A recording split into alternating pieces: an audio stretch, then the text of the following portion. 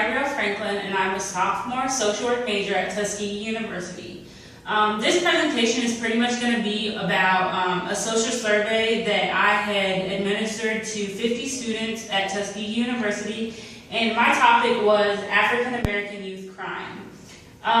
In order to gather the information, like I said, I had 50 surveys. I handed out 25 online and 25 face-to-face. After I was able to administer the surveys, I used the program SPSS to enter the data, which I had then created into a survey research report and used graphs and tables. To start off, before I actually did my survey, my hypothesis stated if African American youth live in a bad environment, which the social and cultural forces that shape the life of a person or a population, such as poverty, violence, single-parent homes, drugs, etc., there may be an increase in African American youth crime rate. Within my study, I was evaluating and measuring the frequencies of the respondents of the survey's beliefs on African American youth crime. To start off, I had a series of 3 demographical questions and 9 questions that I had created on my own over African American youth crime. For my figure 1, this looks at the beliefs of Tuskegee University students on whether or not youth who commit crime have the potential to change.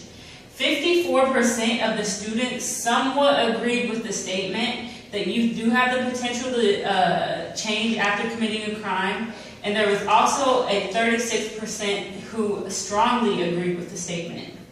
As far as figure 2, this one looks at African American youth who drop out of school if they're more likely to commit a crime. This particular one, 66 agreed that African American youth are more likely to commit a crime after dropping out of high school, and 24% believe or did not agree with the statement. Figure 3 looks at the highest cause of African American youth crime or violence. 30% of the Tuskegee University students believe that peer pressure was the highest cause for African American youth crime. And the second leading cause was gang violence, which had a 20% rate. Figure 4 over here looks at whether or not African American youth crime is more exposed than other races. Out of the 50 respondents, 60% strongly agreed that African American youth was more exposed than other races. Also, 32% and the remaining 8 disagreed. 32% agreed and the remaining 8 disagreed. And my last figure, which I had created, talks about the Tuskegee University students' beliefs on the most common crime of African American youth. From all of the respondents, 40% believed that violent crimes was the highest. 24% believed truancy, which is when the child or the youth runs away from the home.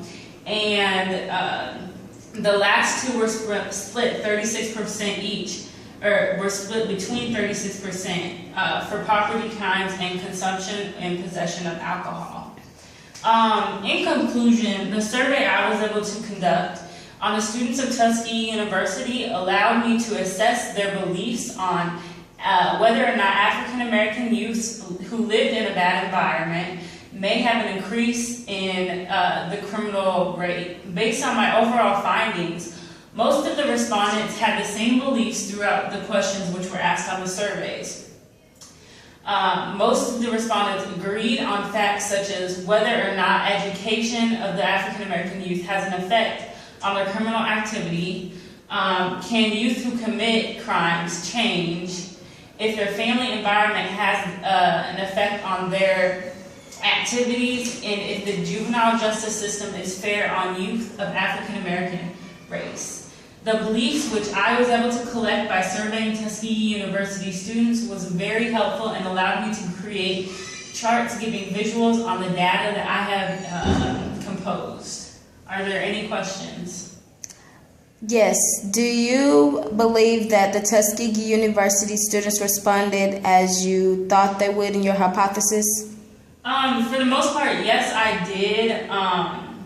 Most of the questions that I did ask, I wasn't surprised on the answers, but there were a few, such as the highest cost for American youth and the African American youth crime, if that was more exposed, and the most common crimes for African American youth. I was really interested to see that they actually knew that truancy was one of the highest causes of criminal activity that African American youth did engage in. Okay. And do you believe that African American youth is a social problem?